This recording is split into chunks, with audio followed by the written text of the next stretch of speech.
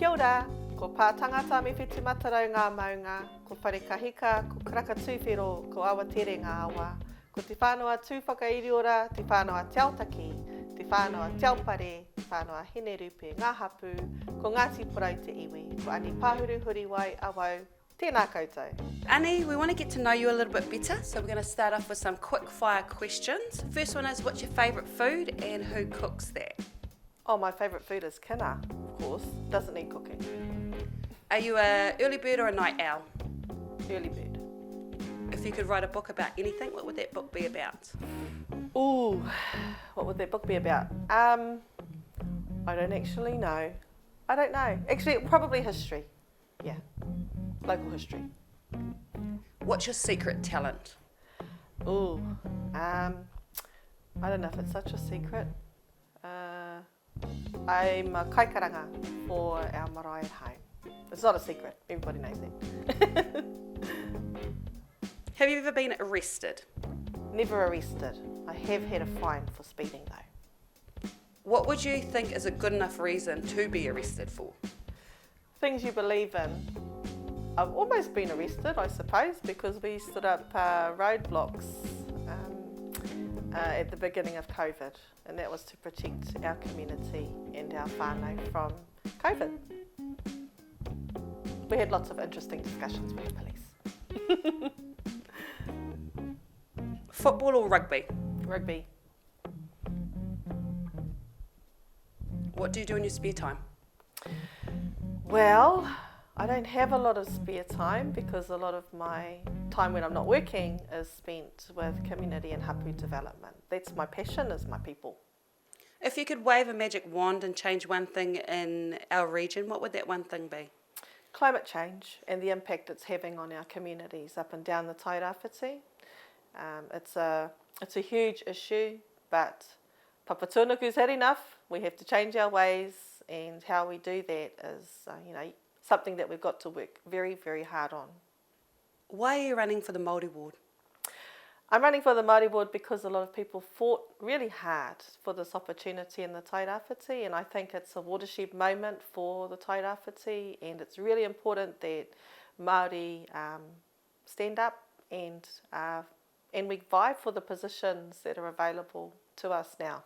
5 Māori seats at the table is absolutely amazing. I'm excited, whether that's me or whether that's another 5 candidates. We've got amazing candidates that are standing for the Tairāwhiti, for the Māori ward. So, yep, it's going to be an exciting time for the region in the next few years. What characteristics do you bring to the table? Well, I'm a Libran, so I think I bring fairness, equity. I have a strong sense of justice, and I also bring with me many years of governance. Speaking of issues, what would be your number one priority if you get into council in terms of personal issues to you? Well, water is life, and there are certain times of the year when water is abundant and other times of the year when we just don't have any. And I think it's we don't really have a strategy in our region to capture water when it's abundant. And where I come from, 3.5 hours drive from here, we are all reliant on water tanks, and we don't have enough of them. And similarly for other rural areas of the Tairāwhiti, we have the same problem. Water, when it's abundant, we can't capture, and I think it's really important going forward that we need to find a way for all of our townships, all of our households in the Tairāwhiti to have enough water to see them through the whole year. Do you have a plan in place, or have you thought about a plan on how you could fix that? Well, one plan is to give every Tairāwhiti home that needs one an extra water tank, because I know up where we are, there's just so much water. Around my own house, where I have one water tank, there is just water everywhere, and you wish you could capture it. And I think there's also been, over the years, township water management plans that have come to nothing. So there have been plans done over the years in the townships, and I think it's reviewing whether they're still relevant, or how do we make township supplies work that aren't going to cost the community and the ratepayers more money.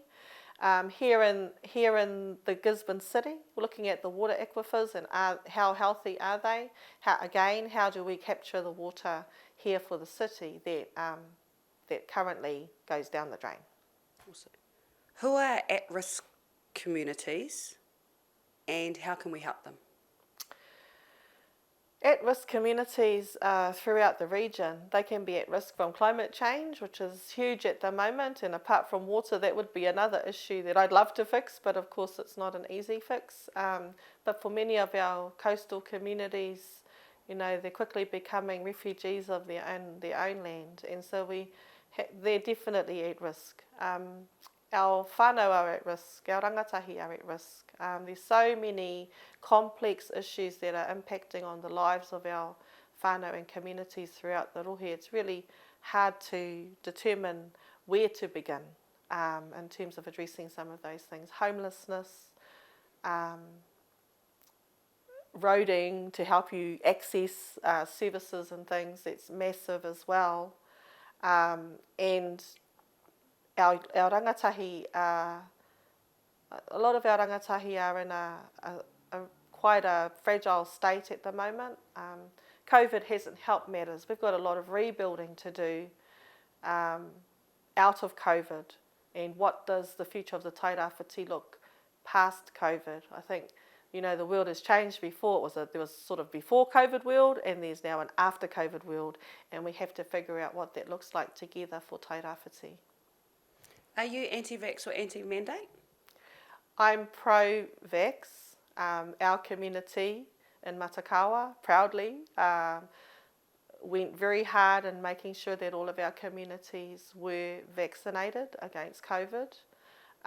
We fundraised for our own vaccination bus called Kahipahi, crowdfunded by the generous people of Aotearoa. And our community has also been recognised for that effort with the Matakawa community winning New Zealander of the Year for 2022 and also the Matariki Award. What does a prosperous and exciting community up the coast look like? A prosperous and exciting community in the tairāwhiti is what we're growing in Matakawa.